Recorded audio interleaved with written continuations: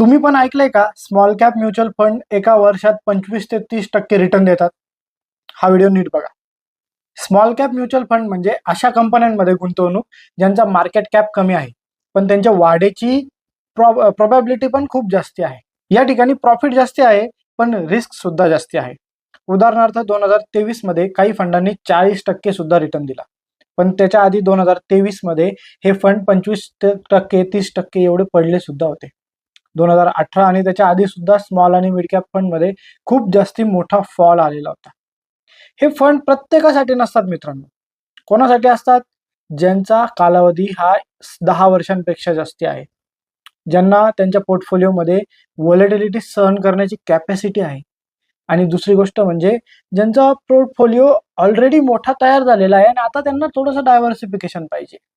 त्यामुळे मित्रांनो, 3 गोष्टींची सांगड घाला: प्रॉपर फंड, प्रॉपर ॲडवायझर आणि प्रॉपर वे, प्रॉपर प्लॅन. या 3 गोष्टींची सांगड जर तुमच्याकडे असेल ना, तर तुम्ही स्मॉल कॅप फंडमध्ये नक्की इन्व्हेस्ट करू शकता.